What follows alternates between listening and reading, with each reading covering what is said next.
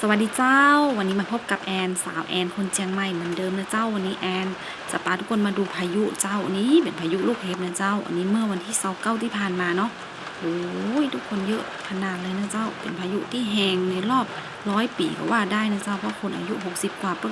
ปิ้นยังไม่เคยเห็นพายุอะไรอย่างที่นักขนาดนี้แล้วก็รุนแรงขนาดนี้มาก่อนนะเจ้า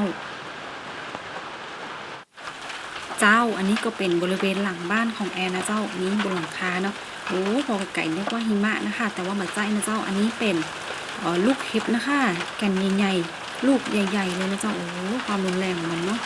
นี่มากล่องเต็มหลังคาบ้านเลยนะเจ้าเยอะขนาดเลยนะเจ้า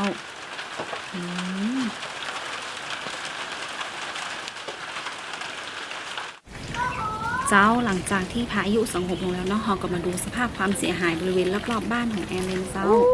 หิมะน้ำเย็นอ่ะหิมะน้ำเย็นมากน้ำเย็น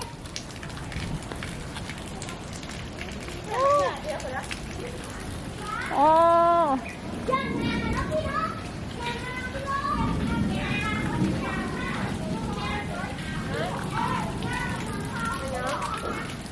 ต้นเครื่องพี่เตยแล้วโอ้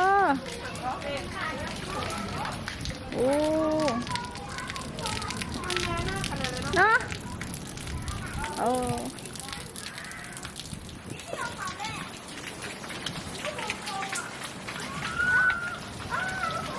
น้ำเย็นขนาดเลยค่ะ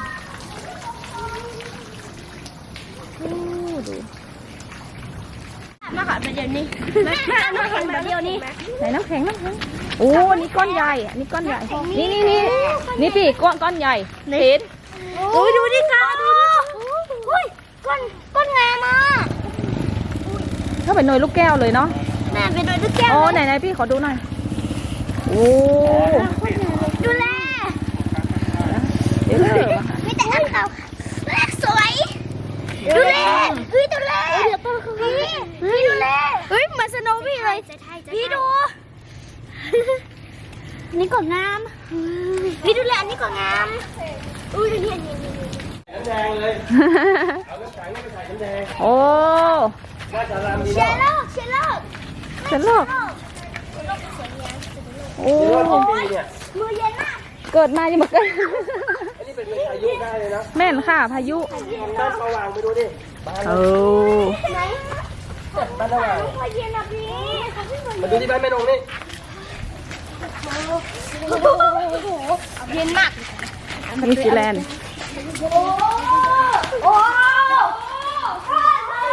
เอาไปใส่นี่น้ำแดงเนาะ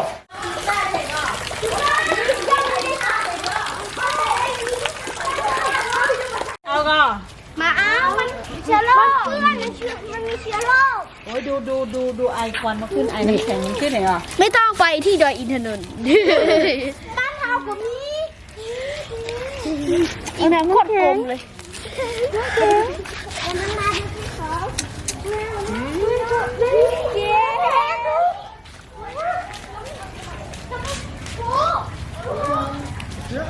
โอ้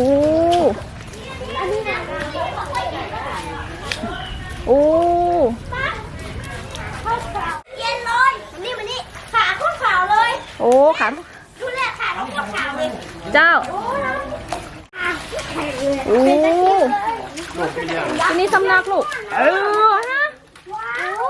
ไปย่ำจะปลานี้เนอะจ่ายป่ะน่ะฟางเกียวแก้วแก้มโอ้ลื่นคนเลยโอ้ยระวังลื่นเด้อโอ้อันนี้น่าขัดน้ำพุนะพุเยอะคนเลยเอาให้พุไว้เกิดมาดิเคยเจอเลยเนี่ยแล้วก็แบบคือที่แม่ของหนูนะชีวิตของหนูไม่ได้กินเลยระวังนะพี่เนอะเจ้านะหมื่นขนาดเลยอ่ะหายหัวเลยว่ะไอ้พลเต้นขนาดเลยนี่ต้องให้เป็นน้ำแข็งตัวอ่ะน่ากลัวมากๆมันได้ยินเสียงน่ากลัวขนาดอยู่คนเดียวบังอันนี้เลยเย็นมากเย็นนะพี่น้ำอุ่นนะอุ่นละโอ้สวยเยอะขนาดเลยก้อนเลยนี่นะจ๊ะอู้เย็น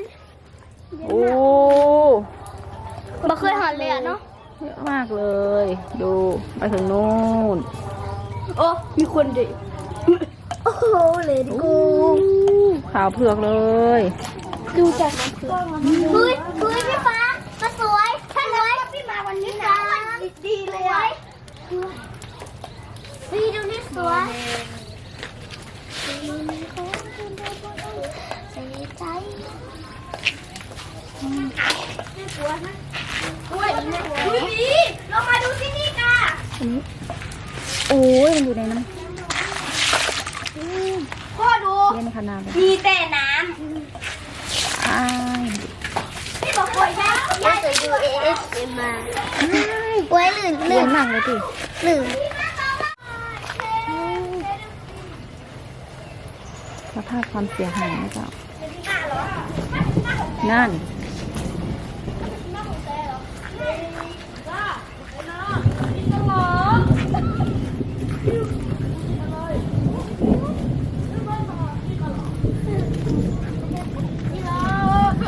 โอ้ มีที่เขามี มันเหมือนจะลงมาหานึ่งแล้ว เด็ก กำ ๆ สวัสดีค่ะ สวัสดีค่ะคนกัน สวัสดีค่ะ วันนี้ไม่ใช่ โอ้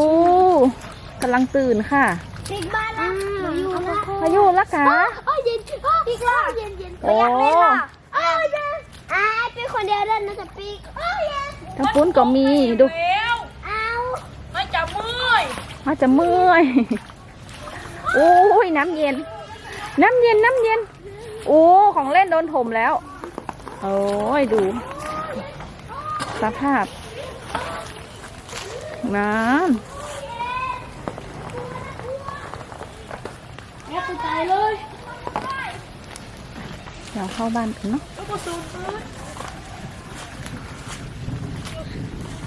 อันนี้เป็นมะเห็ดตกครั้งใหญ่ แม่ดูนะแล้วก็ที่จริงวันนี้มันเพราะว่าเอาดินมันอยู่ใกล้กับดิน ดูตาเด็กๆฝนเริ่มตกมาแหมแล้ว เราไปตัดต้นก่อน อ้าว